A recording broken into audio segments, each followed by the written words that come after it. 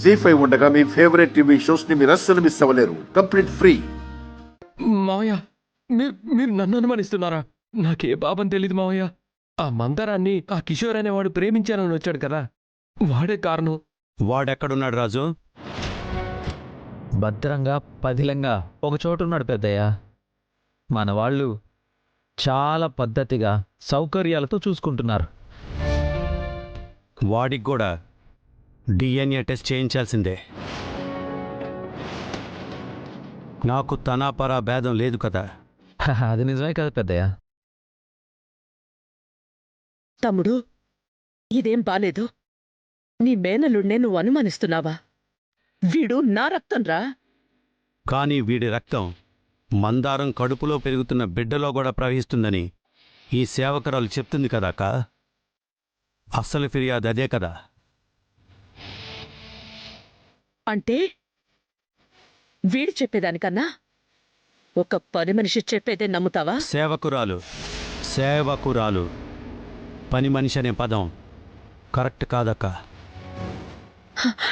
కానీ వీడికి డిఎన్ఏ చేయిస్తే అనుమానించినట్టే అవమానించినట్టే కదా.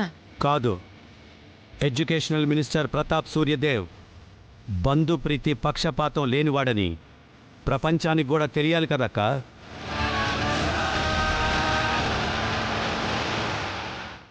మీరేం కంగారు పడకండత్తా. బావ అంత దిగజారిపోతాడని నేను మా నాన్న అనుకోవడం లేదు. అంత నీచమైన పని చేస్తాడని కల్లో కూడా ఊహించలేవత్తా.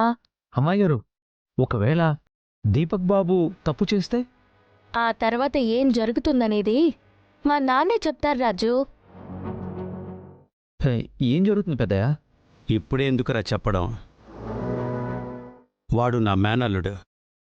అలాంటి తప్పు ఈ జన్మలో చేయడు. ఆహాహా, జస్ట్ తెలుసుకుందామని అడుగుతున్నాను పెద్దయ్య. నువ్వు అంతగా అడుగుతున్నావు కాబట్టి చెప్తున్నాను. మందారానికిచ్చి పెళ్లి చేస్తాను.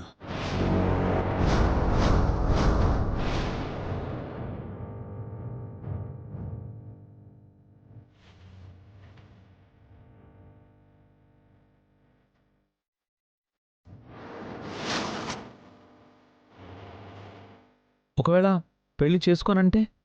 ఇక వేరే ఆప్షన్ లేదు. జైలుకే.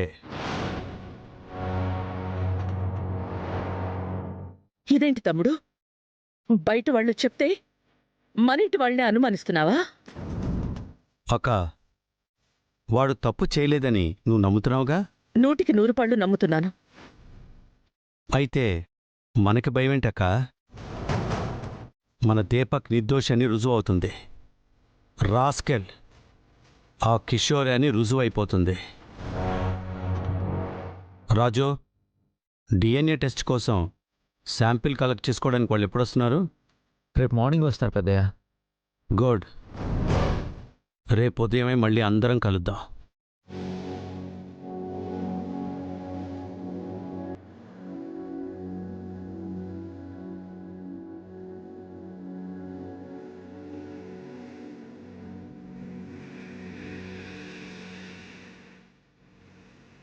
జీ5 యాప్ డౌన్లోడ్ చేసి అన్ని ఎపిసోడ్స్ పూర్తి ఉచితంగా చూడండి.